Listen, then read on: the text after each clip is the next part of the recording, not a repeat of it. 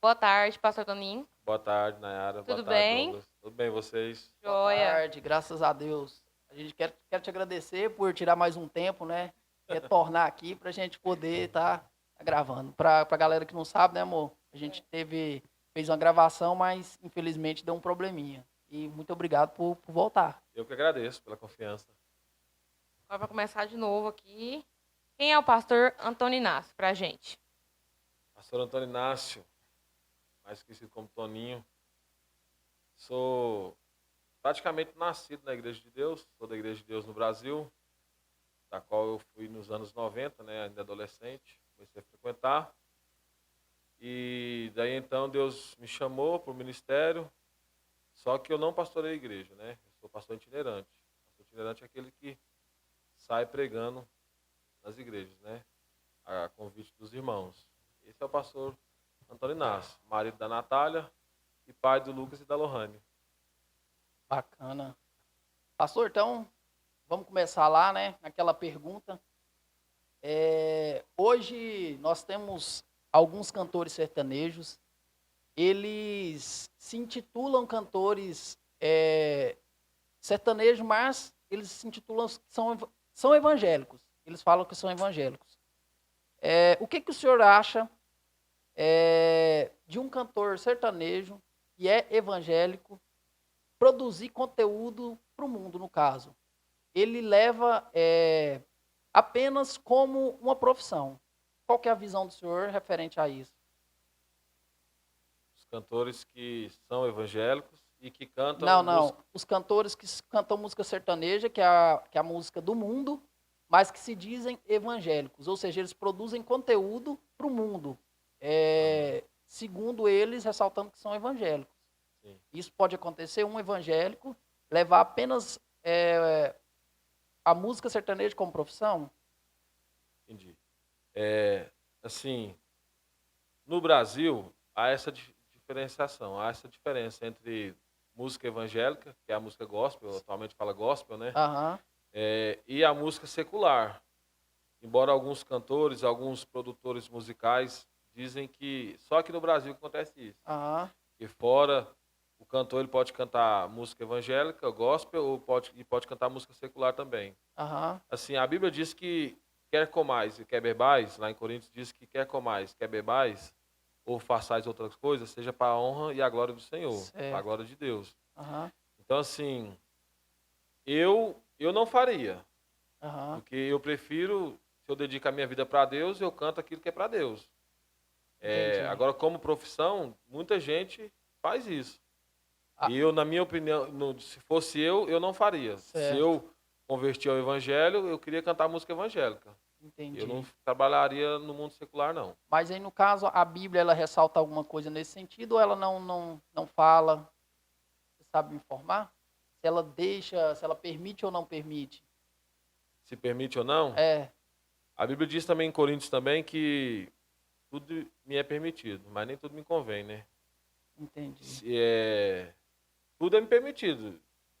Se eu quiser, eu posso fazer. A Aham. Bíblia me permite. Certo. Mas não me convém. Por quê? Porque não é para minha edificação. Verdade. Eu creio assim, né? Aham, não, eu também penso nessa linha. Pastor, a igreja é um lugar para todos? Lugar para todos? Creio que sim. Creio que a igreja é um lugar para todos. Jesus disse: vinde a mim todos. Existe pecado grande ou pequeno? Pecadinho, pecadão. É, Assim, na nossa concepção humana, na nossa visão, né? As pessoas dizem: pecado. Não existe pecadinho nem pecadão.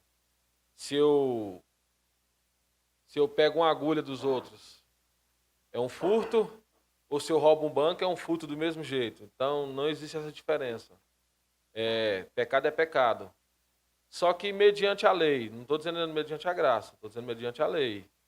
A lei dizia que dependendo da situação do seu pecado, sei lá, eu oferecia um passarinho para Deus de sacrifício. Dependendo da situação do pecado, outro pecado, você iria lá e oferecia um bezerro, uma novilha, uma ovelha. E dependendo do pecado, você era condenado à morte. Então, assim, fazendo uma análise nessa questão de Bíblia, há uma diferença.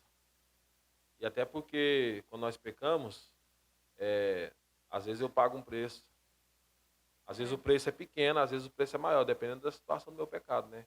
Então, assim, na concepção humana, pecado é pecado. Aham. Mas a Bíblia, em si, ela dá a nos entender que, dependendo da situação do seu pecado, o preço é maior que você paga, né? Ela mostra, né, que É, antigamente o pecado, quando dependia do tamanho que era, ele devia um era sacrifício maior, um né, ou sacrifício menor. maior. Isso.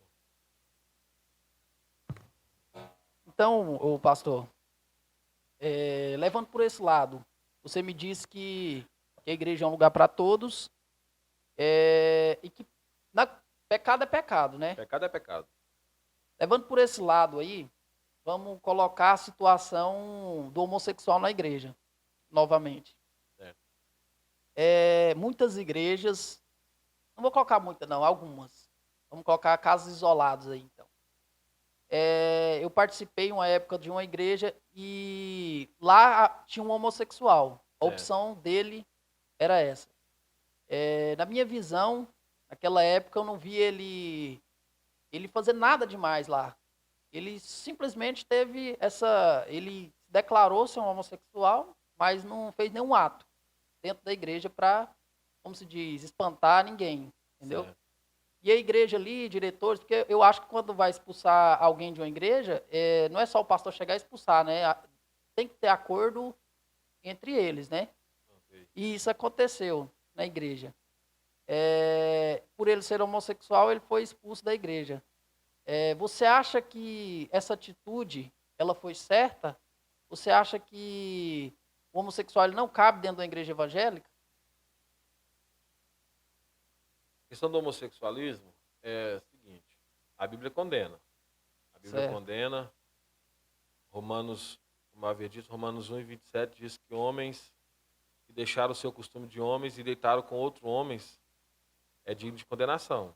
Certo. Então, assim, a Bíblia ela condena. Agora a igreja, mediante a palavra do Senhor, a igreja ela é um hospital.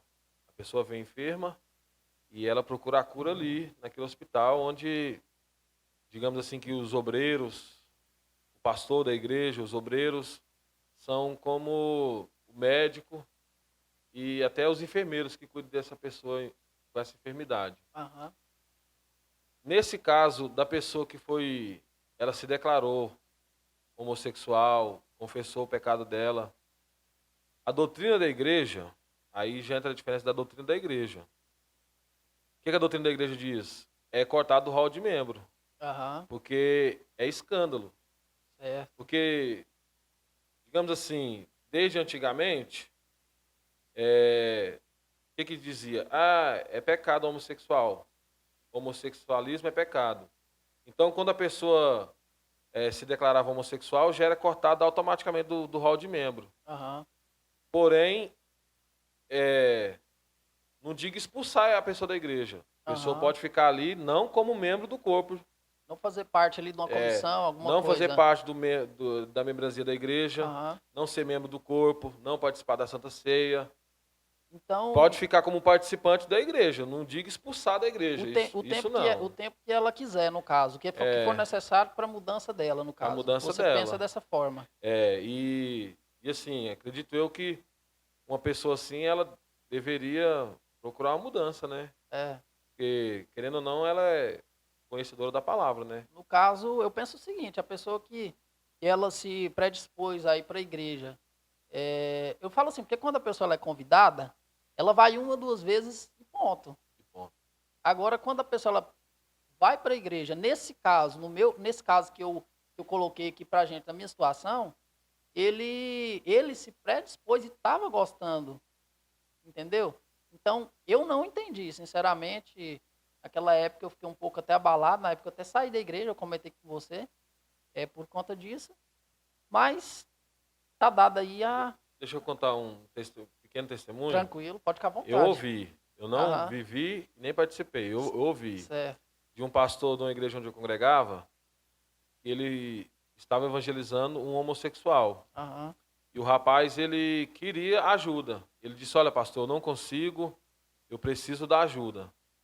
E aquele rapaz, ele trabalhou com ele 8 meses, se não me falha a memória. 8 meses e a pessoa conseguiu ficar liberta do homossexualismo. Certo.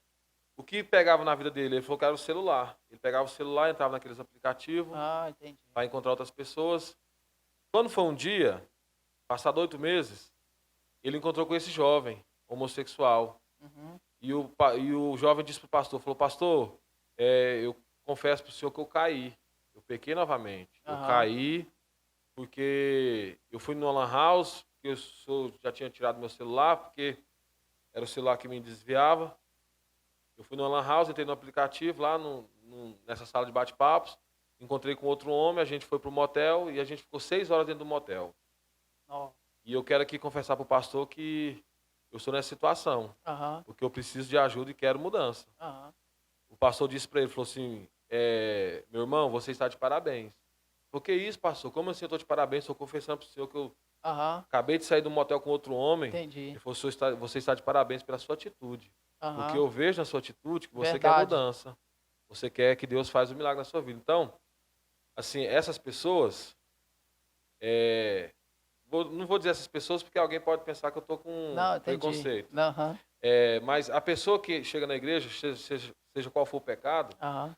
qual que é a atitude dela? Primeiro é procurar ajuda. Verdade. Igual você disse, a pessoa está lá é porque ela Ela quer quer uma ajuda, mudança. Só que a mudança tem que primeiro partir dela. Verdade. Se eu abraçar, se eu beijar, se eu ajudar a acolher, pode ser que ajude. Aham. Mas se não partir dela, não resolve nada. Não né? resolve, é verdade. Essa questão do aconselhamento, como que o senhor acha que deve ser feito um sermão? Vamos supor, para essa pessoa. Como que o pastor deve chegar no particular? Porque antigamente, eu não sei como que está hoje essa questão, mas as coisas vêm mudando, né? Uhum. Até dentro da igreja muda um pouco. Muda. Ele usa o púlpito para falar específico para aquela pessoa, ou é melhor chegar no particular, mostrar, ou aos poucos? Como que o senhor pensa? Qual que é a visão do senhor? No particular é muito interessante. A pessoa chega na igreja, o pastor, a primeira coisa que ela tem que fazer, acredito eu, que é procurar o pastor. Se não tiver amizade, faça uma amizade, conte o seu problema. E o pastor, ou a pessoa, que às vezes a pessoa vai para a igreja, mas não é o pastor que auxilia ela. Às vezes é aquele amigo que convidou, aquela pessoa mais próxima que pode estar ajudando, mais próximo. Porque às vezes a pessoa não tem amizade com os obreiros, não tem amizade com aquele amigo que convidou. Esse amigo, ele pode estar trabalhando no particular, procurando a ajuda de outras pessoas, de terceiros, procurando na palavra de Deus, que a palavra sempre tem um auxílio, tem um versículo, oração, principalmente, muita oração. Agora, mediante os sermões pregados no altar, no púlpito da igreja, lógico que tem um dia que eu vou preparar um sermão, eu não conheço o meu público totalmente, não conheço 100% das pessoas. Às vezes o meu sermão, ele pode ofender alguém. Pode estar falando o pecado de alguém, e às vezes até Deus afrontando Mostrando. a pessoa, para a pessoa mudar de vida. Aham. Só que eu estou dizendo eu, Toninho, no particular meu, não estou dizendo outro, não estou generalizando as pessoas. Se eu souber de alguma coisa, por exemplo, vou citar vocês que estão aqui comigo, se eu souber de alguma coisa de vocês, Certo. o Douglas e a Nayara fez isso, você nunca vai me ver pregando isso na igreja, Aham. porque eu tenho comigo. Pode ser que os irmãos entendam que eu estou pregando porque eu sei da vida deles. Então, Acontece, a né? gente tem que vigiar muito nisso, entendeu? Aham. E por isso que eu prefiro aqueles sermões que falam no geral, cita mais a palavra de Deus. E indo nesse assunto, para a gente finalizar o raciocínio. Um homossexual dentro da igreja, vamos dizer que ele está procurando o caminho, né, dele. O pastor deve opinar se ele pode batizar ou não, se ele pode tomar ceia ou não. Isso se ele está buscando um caminho, se ele era entre aspas, um homossexual, está Certo. buscando um caminho, ou ele tem que se fazer a autoanálise, como todo mundo faz com seus próprios pecados, ou não, ou o pastor vai lá e fala, não, você não pode. Não, é ele Deus. Ele Deus, né? Quando João Batista aparece pregando lá no Rio Jordão, a Bíblia diz que João Batista estava pregando. De repente chegam os fariseus lá para ser batizado. O que ele diz? Vocês vão, produza frutos dignos de arrependimento, depois vem a mim que eu vos batizo. Então, assim, para a pessoa ser batizada, primeiro ela tem que produzir fruto digno de arrependimento. Ah, a pessoa foi para a igreja, é homossexual, ela tem que largar a prática dela? Tem. Para depois ela se batizar. Porque o batismo é você mostrando para a sociedade que você agora é uma nova criatura. Agora a questão da Santa Ceia, a pessoa é batizada e caiu, virou homossexual ou cometeu outro pecado que seja, mas ela é batizada, já foi batizada. Para participar da Santa Ceia é necessário ser batizado primeiro, né? Lá em 1 Coríntios 11, 28 diz assim, análise, pois o homem a si mesmo. Depois vem, coma deste pão e beba deste cálice. Essa análise de pecado é eu e Deus. A minha consciência com Deus que vai dizer se eu devo tomar a Santa Ceia ou não. Agora, na questão de batizar, aí o pastor tem que ver primeiro se a pessoa está produzindo fruto digno de arrependimento, para depois a pessoa descer as águas batismais. E depois disso, por exemplo, ele batizado e tal, caso ele venha pecar novamente, qualquer pecado que seja, ele sente necessidade de, não sei, vamos supor, uma oferenda, igual antigamente, é um pecado pequeno, um passarinho e tal. Como que nos dias de hoje ele pode sentir limpo depois disso? Limpo. Assim, a Bíblia diz lá em Provérbios, aquele que confessa e deixa, alcança a misericórdia. Então, assim, eu pequei. Se o meu pecado foi contra Deus, hoje nós temos a graça para isso. A graça é quem perdoa. Uhum. A lei não perdoava, a graça perdoa. Eu pequei contra Deus, eu cometi um pecado contra Deus, eu ofendi a pessoa de Deus no meu pecado. Eu peço perdão para Deus. Deus me perdoa. Deus me perdoa e eu alcancei o pecado. Mas primeiro tem que haver o arrependimento.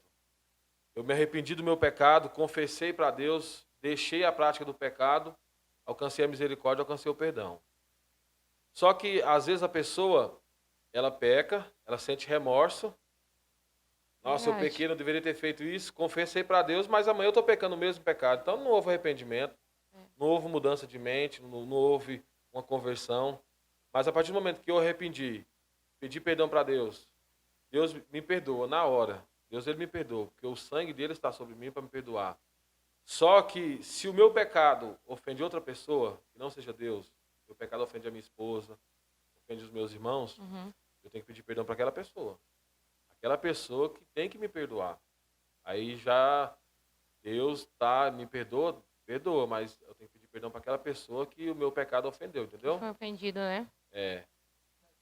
E querendo ou não, às vezes, o pecado que eu cometo, Deus me perdoa? Perdoa. Mas a consequência do pecado pode vir. É verdade. O preço eu tenho que pagar, porque Romanos diz que o salário do pecado é a morte. E a morte espiritual, às vezes, né? A morte física é muito raro, mas às vezes é espiritual. Você acha que o pecado que a gente comete, a gente paga ele em vida? Você acha que isso acontece? Você acha que isso acontece? Acontece. Mas ele necessariamente a gente vai pagar ou não? Ou Às talvez vezes. ou não? Nem sempre. Às vezes Deus dá de misericórdia. Às vezes Deus tem misericórdia. Porque o que é misericórdia? Misericórdia é eu não dar o que você merece. Eu pequei. O que Deus... Às vezes eu mereço um castigo pelo meu pecado. Um filho que desobedece o pai, ele não merece um castigo? Quando o pai age de misericórdia, o pai fala assim, não, vou ter misericórdia, não vou te dar o que você merece. Você merecia uma surra, você merecia um castigo. Porém, não vou te dar. Às vezes Deus age com misericórdia. E às vezes ele não paga. Mas aí a nossa prática cotidiana, lá na frente, às vezes Deus cobra da gente. Eu vou fazer uma pergunta aqui que eu acho que nem eu sei fazer ela direito. É até difícil. Nem sei se eu vou responder também. Não, mas vai dar certo. Vamos ver se eu vou conseguir fazer ela. É porque é um pouco uma dúvida minha, entendeu? Ok. Há tempos, quando começou a humanidade, né? O Adão e a Eva foi lá e pegou a maçã e comeu, né? O fruto, não era maçã, né? O fruto. O né? fruto. O fruto. O fruto do conhecimento. Eles falam que é maçã, né? Eles dizem que é a maçã, mas dizem. Mas É não o está fruto escrito, do né? conhecimento do bem e do mal. Era outro fruto. Fala ou não na Bíblia que se era Fala. qual fruta era? Fruto do conhecimento. É? Só diz que era o fruto. Ai, eu já. Tá vendo? Eu nem Pode sabia. fazer a pergunta aí que eu vou Foi, achar aqui. foi a pessoa que colocou a maçã aqui, né? Depois que a gente inventou a maçã, colocou a maçã lá, né? Como fruto As proibido. pessoas colocam maçã, Meu Deus do céu. Não, aí mas tranquilo. não era maçã, não. Quando Jesus morreu na cruz por nós, foi por conta do pecado, não é? Não foi por conta para que a gente fosse limpo do pecado, como se fosse isso, né? Aham. A gente já não teria que, como se diz, a gente não tinha que ter mais pecado, como se fosse isso. Ele morreu por nós.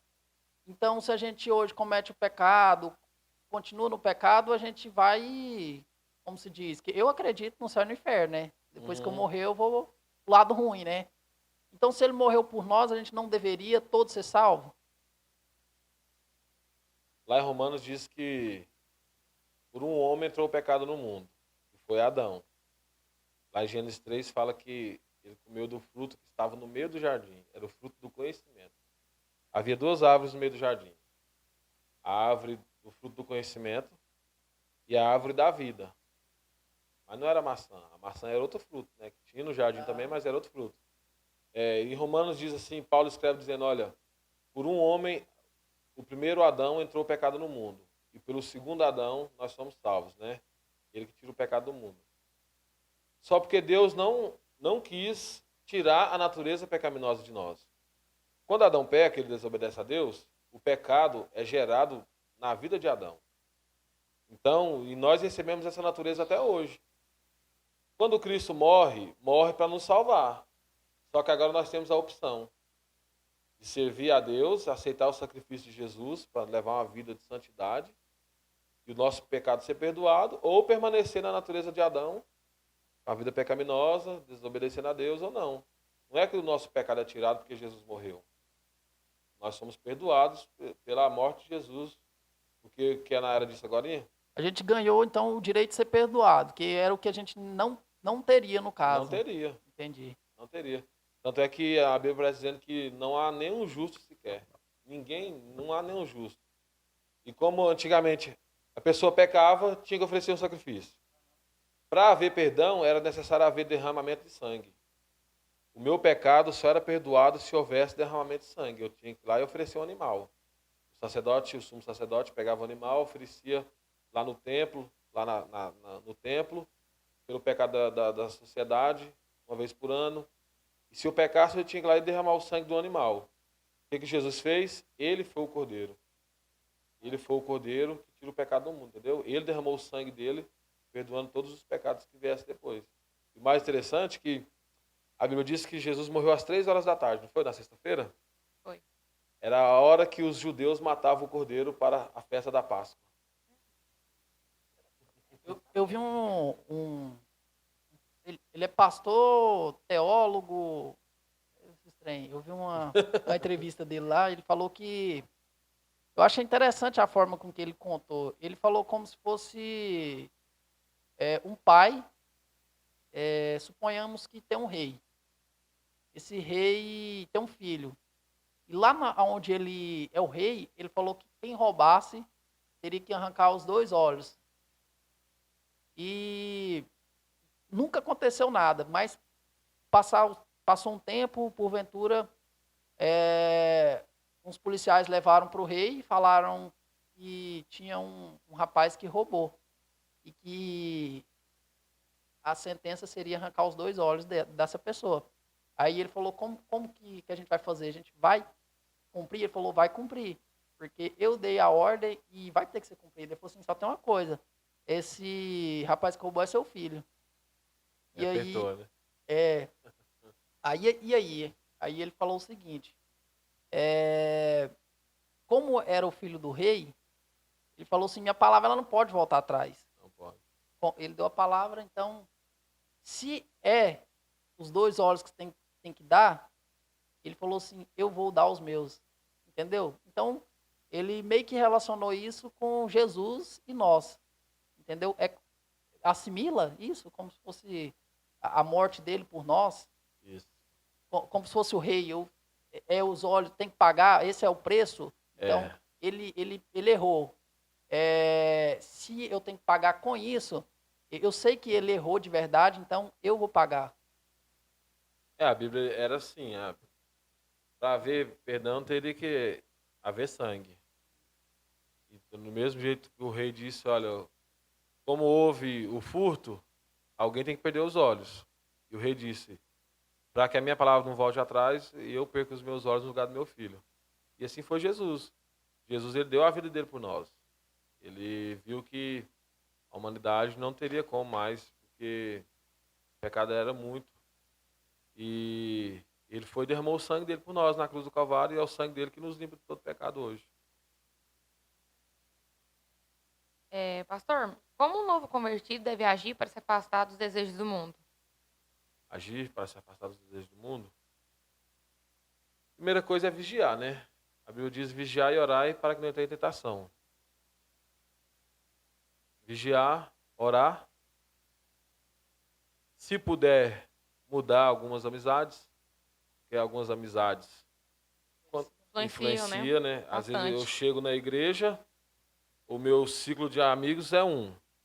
E se eu quero levar uma vida diante de Deus, a ser de Jesus, sou um novo convertido, às vezes essas amizades interferem, né? Então, assim, não estou dizendo que você tem que deixar os seus amigos.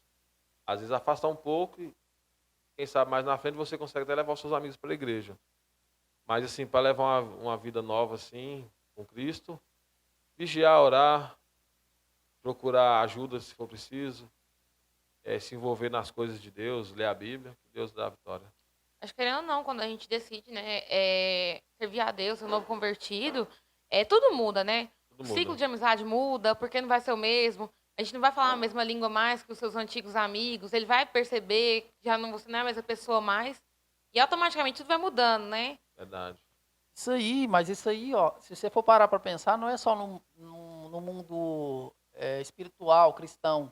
Uma pessoa, quando ela quer evoluir, ela procura estar com quem é evoluído, vamos dizer assim, Evoluído. não é verdade? Então, Eu tinha um pastor que ele dizia o seguinte, olha, eu sempre vou procurar andar com gente melhor do que eu. Eu sempre vou procurar andar com pessoas melhores do que eu, porque eu vou procurar sempre melhorar para ficar igual a elas. não, eu vou fazer essa aqui agora, não.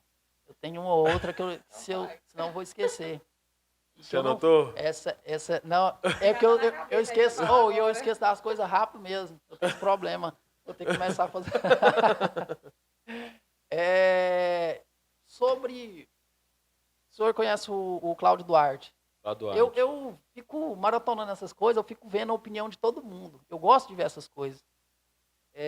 Não só no meio evangélico, mas em todos os outros meios. E aí eu fico ligando uma coisa na Eu outra. também gosto de ver. E aí o Cláudio Duarte disse pregou um negócio seguinte. Ele falou o seguinte, gente. Uma pessoa perguntou para ele sobre se pode beber bebida alcoólica e se pode beber, o crente pode beber a que não tem álcool. Qual foi a resposta dele? Ele falou o seguinte. Imagina hoje, o crente toma muita Coca-Cola. Ele me falou, nossa, toma Coca-Cola, é o tal do crente. Ele que alimenta a Coca-Cola. E aí, imagina se amanhã a Coca-Cola inventasse uma Coca-Cola com álcool, entendeu? Aí ele fala, até brinca, não, mas muita gente já faz isso, né? Já tem, não, quem inventou fui eu. Eu já tomo Coca-Cola com álcool, a galera aí, né? Aí imagina, por exemplo, se a Coca-Cola, de hoje para amanhã, fala, não, agora a gente tem a Coca-Cola que não tem álcool e agora a gente tem a que tem álcool. Os evangélicos iriam parar de tomar essa sem álcool por conta de que, não, porque agora eles inventaram a com álcool, a gente tem que deixar de tomar ela. Coca-Cola. Aí segue a linha, né? A pessoa pode tomar a cerveja sem álcool? Aí ele falou, é o que eu acabei de falar, é critério, isso não tem nada a ver. E o que você pensa sobre isso? Primeiro, pode tomar uma cervejinha? E segundo, o critério da sem álcool. É brabo, né? Eu vejo na Bíblia que cristão não pode beber, não. Bebida alcoólica. Embora hoje muitos líderes religiosos, muitos pastores, muitos teólogos afirmam que pode beber, não pode embriagar, né? Tem isso, eu escuto bastante. Mas eu, na minha concepção, eu acho que o que era pecado antigamente cristão era pecado beber, hoje em dia é pecado do mesmo jeito. Eu penso assim. Aham, Que a Bíblia ela é imutável. A palavra de Deus ela é imutável. E Jesus também, Hebreus 13:8, diz que ele é o mesmo ontem, hoje e eternamente. Ele não muda. aham. Na minha concepção, ainda é pecado, bebida alcoólica. E a questão do vinho? Lá que fala na Bíblia, que quando Jesus transformou a água no vinho. Costume judaico. Costume judaico. O povo bebia lá. Jesus vai chegar para mudar a tradição? Não. Jesus não veio mudar a tradição dos judeus. Aham, A tradição era o quê? As pessoas bebiam vinho, bebiam bebida forte. Então, Jesus não veio para mudar a tradição. Jesus veio trazer um novo estilo de vida. Quando Paulo diz assim, olha, se você almeja o episcopado, se você quer ter um cargo na igreja, quer ser um obreiro, não seja dado ao vinho. aham. Não tenha duas mulheres, não seja dado a vinho. Então, assim, acredito eu que ainda hoje, cristão com bebida alcoólica Não combina, não. não combina. E lá em Coríntios, faz tempo que eu não li essa passagem, mas lá fala que os beberrãos não entrarão no reino dos céus. Mas esses beberrãos que ele fala quem bebe muito ou não fala? Se é Fala só pouco com ou os muito? beberrãos. Só os beberrãos. E assim, a Bíblia diz que um abismo chama outro abismo. Hoje eu tomo uma dose de vinho, um tanto assim. Aham, Amanhã eu estou tomando um copo cheio. aham. Daqui uns dias eu já estou embriagando já.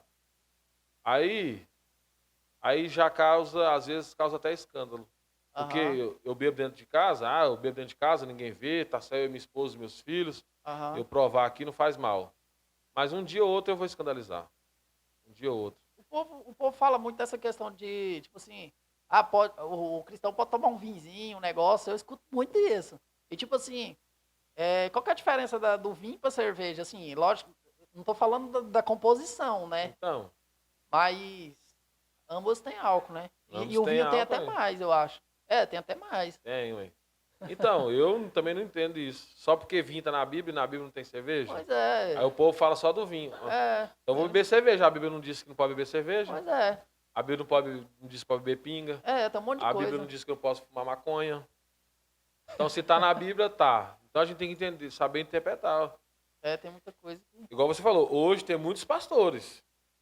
Eu conheço, não é só um não, eu conheço muitos. Você Aham, vai na casa dele, ele tem vinho. tem vinho na geladeira, ele bebe com a família dele, Aham. tem reunião. Um dia eu participei de uma reunião mesmo, o pastor veio com Um copo de um vinho. copo, eu achei que era suco. Ih! E ele me deu, eu provei, ele, é um vinhozinho, né, pastor Toninho? Eu falei, ô varão, Não.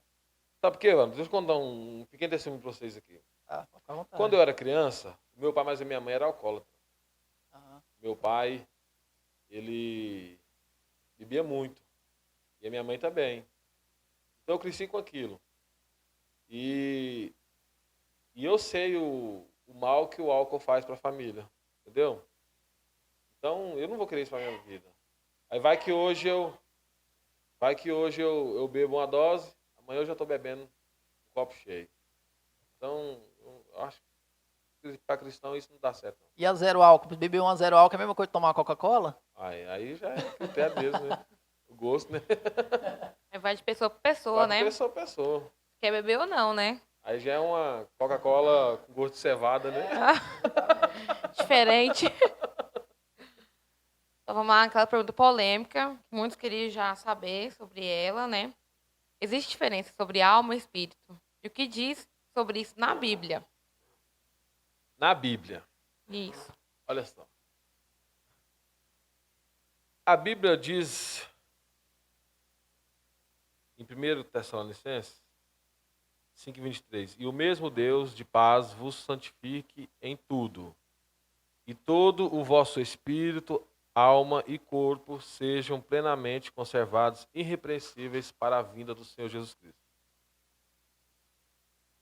O único versículo, assim, que fala isso aí de corpo, alma e espírito é esse. E Hebreus 4:12 também fala que a palavra de Deus é capaz de discernir e separar a alma do espírito. Mas se a gente for fazer um estudo assim mais aprofundado, acerca de corpo, alma e espírito, a gente vai ver que alma e espírito é praticamente a mesma coisa. Um só. Dois em um, digamos assim, né? Porque quando Deus cria o homem, Gênesis capítulo 2, versículo 7, ele diz que Deus forma o homem do pó da terra, sopra em suas narinas, e o fôlego, o espírito, e o homem se torna alma vivente. Então quer dizer que o espírito é o sopro de Deus, é o ruach, é o pneuma do grego. Então, assim, pelo que eu li, pelo que eu pesquisei, pelo que eu vi na Bíblia, alma e espírito, um só. Porque quando a gente morrer, né? Achar que a alma vai para o céu, o espírito vai para o inferno, o espírito negócio. vai para o céu, a alma vai para o inferno. Acho que vai os dois juntos para o céu, os dois juntos para o inferno. Não tem separação. Eu consigo entender de que eu morri meu corpo, isso é normal, a gente consegue entender tranquilamente que morreu o corpo fica, Vai para a terra. a alma vai para baixo ou para cima, aí fica aquele negócio, a alma, o espírito, você entendeu? Porque muita gente fala que, eu já ouvi gente falar que é diferente. Então, eu não consigo entender que quando a gente chegar no céu, a gente tem que ter a gente vai ter o discernimento de tudo que está acontecendo e a gente vai ter emoção também, as emoções. Creio eu, né? As emoções faz parte da alma. Faz parte da... O intelecto, a raiva, o amor, o ódio, tudo faz parte da minha alma. A minha alma está nisso. Nossa, será que a gente vai sentir raiva? No céu? Acho que não, né? Não, né? Raiva ou tristeza? Não, tristeza não. Só alegria aí. Só alegria. Não Então, a haverá mais morte ali. Né? Eu falo assim só para quebrar o gelo. Então, assim, veja bem. A minha alma é o meu sentimento. Aí, se a gente for separar o espírito, o que seria o espírito? O espírito seria a minha comunhão com o Espírito Santo de Deus. O Espírito de Deus trabalhando no meu espírito. Que é a minha comunhão e a minha consciência. Quando eu vou pecar, aquela vozinha que fala no meu ouvido, ó, isso é pecado. A minha consciência em comunhão com o Espírito Santo. Seria o meu espírito. Só porque eu entendo o seguinte. O espírito, no caso, seria o fôlego de vida. Aquele fôlego que Deus soprou lá no Jardim do Éden. Eclesiastes 12:7 diz o seguinte, o corpo volta para a terra que o deu e o espírito volta para Deus que o deu. Então, se eu morri, o meu fôlego de vida voltou para Deus. A vida que Deus me deu, Ele pegou para trás. Porém, a minha alma... Aí, você falou, né? Vai para baixo ou para cima, né? Aí não tem jeito, né? Então, vamos lá. Vamos partir agora para política. Política. Não sei se o senhor gosta de política. Gosta de política? Não muito. Eu gosto um pouco de política. Minha esposa gosta mais do que eu. Ela é bem participante da política. A gente, como se diz, a gente tem que participar um pouco. Querendo ou não, Né? como cidadão, e ela interfere na nossa vida. Interfere. E muito, né? Que pena que... Diretamente, né? Que pena que a gente, em muitos dos casos, a gente não tem bons representantes, né? Verdade. No meio, trazendo para o evangélico, o meio evangélico, né? Cristão. Senhor, na opinião do senhor, a minha opinião é o seguinte, um pastor deveria deixar o cargo ali de pastor, não estou falando que ele não precisa estar no meio falar de Deus para outras pessoas, não. Falar à frente da igreja, eu acho que ele deveria afastar para ele sair candidato. E se eleito, na minha opinião, ele deveria estar vereador e posteriormente assumiu a igreja ou o cargo de vereador. Voltar ao cargo de pastor. Para não ficar ali uma coisa... como se diz, em cima da outra, entende? Qual que é a sua opinião referente a isso? Assim, é bom o homem envolver na política?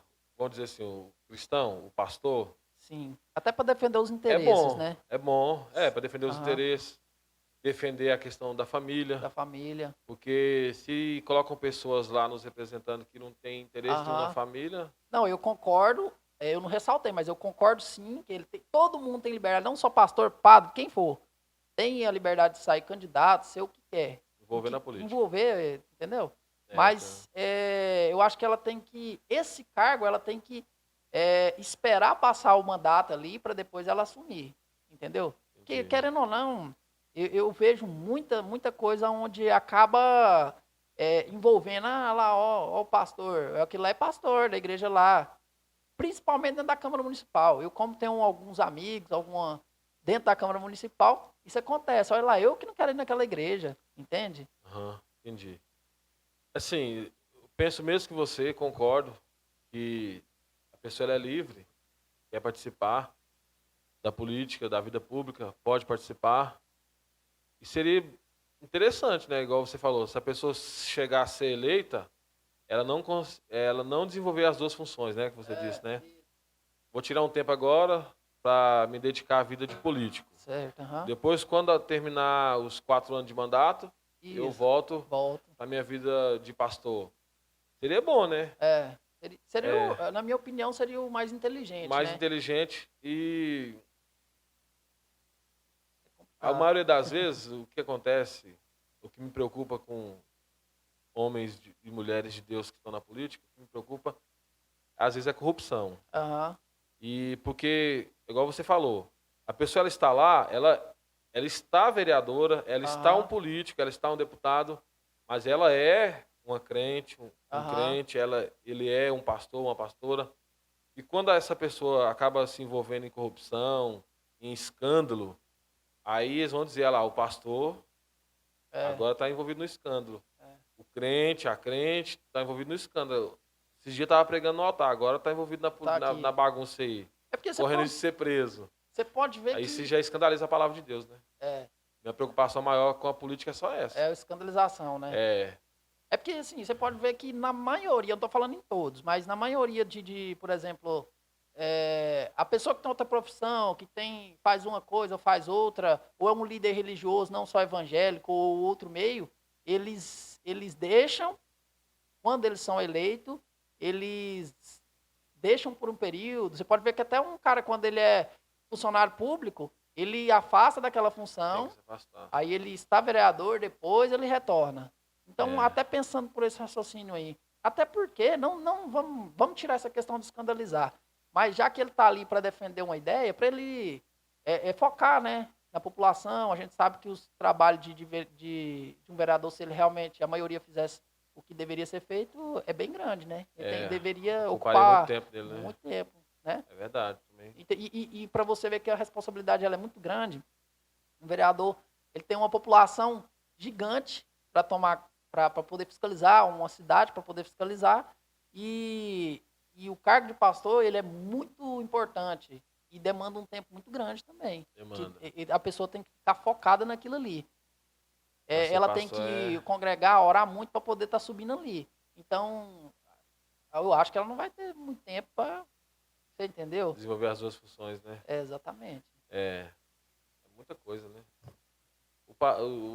A função de pastor, de pastorear, já exige muito de alguém. Já exige muito de uma pessoa. E o cargo público também exige bastante. Para a pessoa desenvolver as duas, seria mais complicado, Tem né? que se desdobrar, né? Pra fazer as duas Desdobrar, coisas. E muitas vezes, igual você tendo duas profissões ou sendo duas coisas, igual no meio político, a maioria das vezes quando sempre tem isso, né? Um ou outro atinge o outro, acaba usando aquilo que fere ele. Ah, mas aquele pastor é lá faz verdade, isso. Pra ferir tanto ele quanto a congregação, tanto todo mundo que tá lá dentro, né? verdade. Faz parte daquilo, acaba ofendendo todo mundo, aí todo mundo fica meio assim, receoso, né? A respeito daquilo. Qual a importância de ser batizado nas águas? Porque a Bíblia diz sobre isso também. Nós falamos no começo, né? A importância de ser batizado, quando João Batista apareceu. A importância é para você mostrar para a sociedade que agora você é uma nova criatura. Quando você desce as águas batismais, você está dizendo agora eu sou uma nova criatura. Ela tem um sentido só para aqui, para a gente, para a terra, aqui, ou ela tem um sentido espiritual? Você falou que é para a gente mostrar, né? Uhum. Ou tem um sentido espiritual, o Tem batismo? tem um sentido espiritual. Porque agora você é uma nova criatura. 2 Coríntios 5,17 diz que quem está em Cristo, nova criatura é. As coisas velhas se passaram e isso tudo se fez novo. Então, é algo muito forte, é algo muito interessante? É. No mundo espiritual também, porque Você agora é uma nova criatura. E ser nova criatura não é só no mundo físico. Ser nova criatura é no mundo espiritual. Interfere na salvação? Às vezes não. Porque a Bíblia diz assim, ó, Marcos capítulo 16, ide pregar o evangelho. Quem crer e for batizado será salvo. Quem não crer está condenado ou será condenado. Aí tem muita gente que diz assim, olha, para você ser salvo, você precisa ser batizado. Não necessariamente. Porque se você tiver a oportunidade de batizar, batize. Porque isso influencia muito na sua vida espiritual. Você vai fazer parte do corpo de Cristo, você vai poder participar da Santa Ceia. Porque o que fortalece o cristão hoje é a Santa Ceia. É o sangue de Cristo, o corpo de Cristo dentro de nós, entendeu? Mas, pastor, eu não batizei, será que eu vou para o inferno por causa disso? Não. Se você tiver a possibilidade de batizar, batize. Mas se não, tudo bem. Se não, se fosse assim, é o que todo mundo diz, né? Se fosse assim, Jesus lá na cruz, ele ia dizer, o ladrão disse assim, ô mestre, lembra de mim quando ele está no paraíso. Jesus ia dizer, gente, espera aí que eu preciso batizar esse homem aqui, porque ele está no paraíso, que ele quer estar no paraíso. Verdade. Então, batismo ajuda na salvação? Sim. Porque uma pessoa batizada, ela faz parte do corpo de Cristo, ela tem mais responsabilidade na igreja, participa da Santa Ceia, fortalece espiritualmente, mas não necessariamente que, eu não batizei, eu vou para o inferno. Não. Mas é muito interessante batizar. Então, já puxando esse gancho aí, você já falou que necessariamente não precisa ser batizado, então a salvação é para todos. A salvação é para todos. Porém, nem todos alcançam, né? Consegue, né? Efésios 2 diz que vem de Deus, é dom de Deus, é mediante a nossa fé. Tem gente que não tem fé para ser salvo. Você acha que existe o mal? Ou você acha que é a ausência do bem? Existe o mal. Sua opinião? Existe o mal. Às vezes há a ausência do bem, mas não tem o mal. Tem aquela coisa meio sem graça, né? Meio não tem nem o bem né? nem o mal, não tem né? nada, né? Mas às vezes a maldade está presente, às vezes a maldade está presente. Né? Mas às vezes a ausência do bem faz com que surja coisas ruins, né? Porque tem aquela pessoa assim que... Vamos analisar assim na questão seguinte. A pessoa, ela não quer servir a Deus, saiu da igreja, saiu da presença de Deus. Só que é uma pessoa que não peca, é uma pessoa que não bebe, não fuma, não usa droga, não trai esposa. É aquela pessoa que está ali. Quer dizer, elas, vamos dizer assim, entre aspas, né? Não vou generalizar. Ela saiu do bem, que é Cristo, mas ela não se lançou nos braços do diabo. Embora a Bíblia diz que se você é Deus, é o bem ou o mal, né? Mas acredito eu que existe o bem, existe o mal, e a ausência do bem não é o mal. Eu tenho uma visão de Deus assim, o seguinte. Embora algum tempo atrás eu pensava que ele era carrasco, era o que eu pensava, não era nem temor, era um certo medo, né? Aí foi passando o tempo, acho que a gente vai ficando mais velho, vai aprendendo as coisas. Vai aprendendo umas coisinhas aí. Aí eu tenho hoje um Deus engraçado, eu tenho um Deus bem-humorado, sério na hora que ele é para ser sério. Eu posso brincar com ele.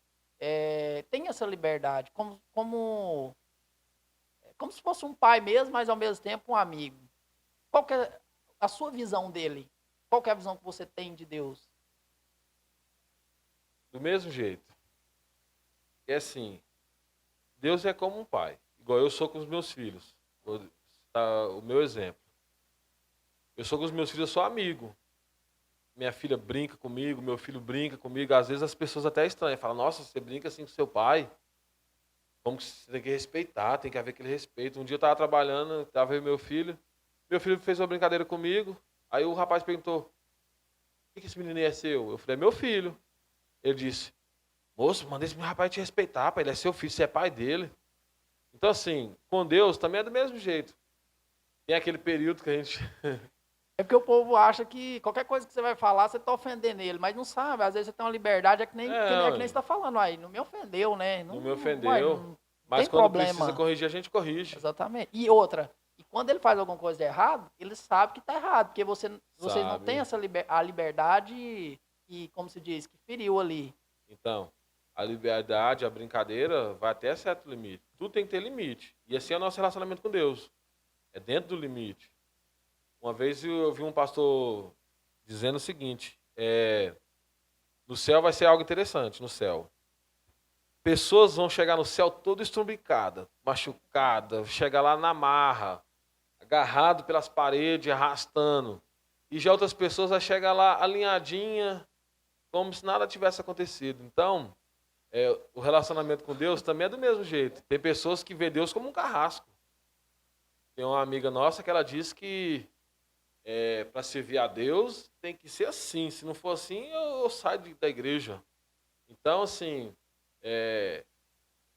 cada um é um relacionamento diferente. Você vê Deus da sua forma. Não, Deus é o meu amigo, Deus é meu companheiro. Eu posso brincar com ele. Na hora certa, se precisar ele me corrigir, ele vai me corrigir. Na hora que eu precisar obedecer, eu vou obedecer. E tem gente que, perdão, tem gente que pensa que Deus é só obediência. Tem que obedecer, obedecer, obedecer, obedecer. E tem outros que pensam que Deus não manda em nada, que leva a vida de qualquer jeito. Que ele é bonzinho, que ele ama, É vai perdoar. bonzinho, ama. A graça Perdoa tá aí, é tudo. para isso, é para me perdoar. Mas cuidado com esse negócio, hein? Essa questão, a gente tem aí várias religiões. Várias religiões. Se não me falar a memória, dentro da Bíblia, 3.000. É? Só de dentro da Bíblia. Tirado de dentro dos versículos bíblicos. 3.000. Então, ó, você acha que só existe uma religião que é certa? Ou se você acha que se Deus permitiu que existissem tantas religiões e tantas compreensões de quem ele é, ele deu a liberdade disso existir e que toda religião pode salvar? Ou você acha que existe apenas poucas ou uma? Só uma que pode salvar? Ou você, como se diz, ele deu a liberdade de existir tantas compreensões dele, porque cada um tem uma compreensão diferente dele, e principalmente dentro da religião. Você acha que, tendo em vista isso daí, você acha que só existe um caminho a gente sabe que é só um, mas a religião, é só uma religião que vai salvar? Ou você acha que religião não interfere?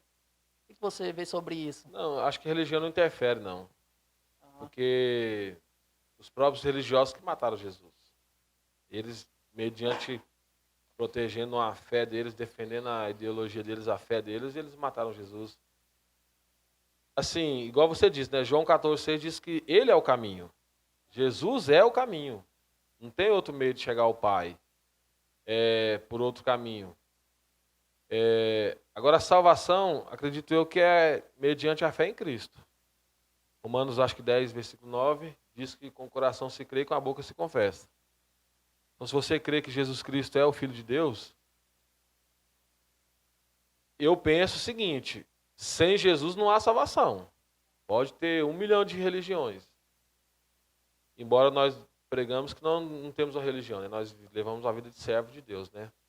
Mas eu acho que outras religiões que não têm Jesus como Deus, acho que é meio difícil, né? Mas é porque você pode até ver que a maioria deles fala assim, não, Deus é tudo. Tem umas que a religião assim que eu já nem gosto muito de estar vendo, aí eu também já não concordo. Mas eu falo assim, a maioria delas fala que Deus é tudo. É tudo. É tudo. E aí, só que eles têm outras maneiras de interpretar, maneiras de ver, sabe? O mundo. É isso. Eu vejo a questão, igual você falou assim, se tem tanta religião é porque Deus permitiu, mas às vezes a pessoa ela interpreta do jeito dela. E não é o que está na Bíblia. Às vezes a gente vai para a igreja, um interpreta de um jeito, outro do outro. Um interpreta de um jeito, outro do outro. Por isso que é necessário a gente procurar o contexto daquilo que a gente está lendo. Se eu pegar um texto simples aqui, vou explicar da minha maneira, você pode entender da sua, mas vamos para o contexto. Vamos ver por que foi escrito, para quem que foi escrito. Religião se discute? Não. Você acha que não se discute? Eu acho que não. Religião, política e futebol. Rapaz, a política, na minha opinião, já se discute sim, porque eu acho que não. Como que a gente vai melhorar uma política sem discutir ela? Como que a gente vai melhorar um Depende ambiente de quem- religioso sem discutir ele. Depende de quem está discutindo a política. E eu discutir com você aqui, eu não tenho interferência nenhuma na política. Ah, Não vai não, adiantar mas de a gente nada. pode discutir diretamente com um parlamentar. Não, aí pode- sim, né? Aham. Eu chegar lá no parlamentar lá e falar, vamos conversar aqui. Então discute. Aí se discute, né? Mas às vezes ele vai ouvir eu, não vai entrar por aqui, E sai sai por do ali. outro lado. Agora a religião também, porque assim, a gente não prega uma religião, a gente prega Cristo. E Cristo não é uma religião, Cristo é mais que uma religião. Cristo é, servir a Deus é uma escolha de vida, um estilo de vida que a gente escolhe, servir, se esforça para isso, para servir a Ele. A gente não prega uma religião, isso assim, isso assim. Um dia um rapaz veio discutir a Bíblia comigo, que isso aqui, assim, assim, assim. Eu falei, vamos fazer o seguinte, eu não vou mudar a sua ideia, você não vai mudar a minha, vamos permanecer do jeito que está. Você vai continuar pensando do seu jeito e eu do meu jeito. Mas eu acho assim, a discussão ela tem que ser feita por pessoas que sabem se escutar, sabem entender o lado da outra pessoa, mas se não quiser mudar a opinião, tudo bem, eu vou aceitar a sua opinião, você aceitar a minha, pronto, é bacana, eu escutei a opinião do cara. A gente falou agora que você gosta de ver vários vídeos de outras pessoas, para entender, né, o que passa na cabeça da pessoa. Eu também acho interessante isso. Não. Nem porque eu concordo com o que o cara pensa, eu não acho o cara, às vezes, um medíocre, não. Não, igual, eu estava pesquisando sobre espírito e alma, eu li um estudo de um espírita, kardecista, agregou para o meu conhecimento, eu achei excelente, vi que estava mediante a Bíblia, então, sim, igual você falou, né, eu respeito a opinião dele, ele respeita a minha, eu respeito a fé dele, ele respeita a minha, e bola para frente, mas o caminho é Jesus, embora... Olha que interessante isso. Um dia um pastor amigo meu, ele disse para mim assim, todos os caminhos levam a Deus? Ou só um caminho que leva a Deus? E eu citei a passagem, João 14,6, Jesus é o caminho, ele é o caminho, um só, artigo definido singular. Ele é o caminho. E ele disse, não, todos os caminhos levam a Deus. Eu falei, por quê? Ele falou assim, porque naquele grande dia todas as pessoas estarão lá diante de Deus. Então, você caminhando por aqui ou por ali, um dia você vai estar diante de Deus. Seja para ser promovido ou para ser condenado. Então, é interessante, né? Então, querendo ou não, todos os caminhos que a gente tomar, um dia a gente vai estar diante de Deus. Com certeza, é verdade, né? É bom, né? Amor, a gente já gravou em 1 hora de vídeo. Você tem alguma pergunta a mais? Não, só quero fazer a nossa pergunta da nossa seguidora do Instagram, né? Pra não deixar passar em branco. A Andressa. Ela pergunta se tatuagem é pecado. Se sim, qual é o respaldo bíblico? Se não, qual é o respaldo bíblico? Tatuagem é pecado? O povo usa muito Levítico, né?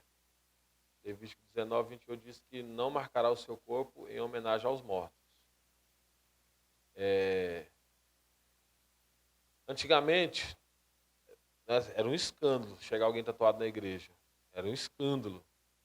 Hoje em dia, algumas igrejas estão aceitando? Estão. Eu conheço, tem pastores amigos meus que aceitam. Tanto é que o filho dele, outro dia fez uma tatuagem. E assim, pelo que eu conheço da Bíblia, ainda é pecado. Embora a Bíblia não fale, igual a questão da cerveja. A Bíblia não fala sobre tatuagem, só fala marcar o seu corpo. Mas lá em 1 Coríntios 6:19-20, diz que o nosso corpo ele é morada do Espírito Santo. A palavra de Deus. E sei que tem pessoas mais qualificadas que poderiam estar aqui no meu lugar, né? Mas obrigado pela confiança. Obrigado pelo convite. E sempre que precisar, pode me chamar, viu? Pode deixar, me chamar assim. Muito obrigada. Tá. Gente, eu vou deixar aqui, ó. No vídeo também vai ter o Instagram do Pastor Toninho para vocês seguirem lá. Amém. Vai seguir nosso Instagram também. Acompanhe esse vídeo no YouTube e também pela página do nosso Facebook.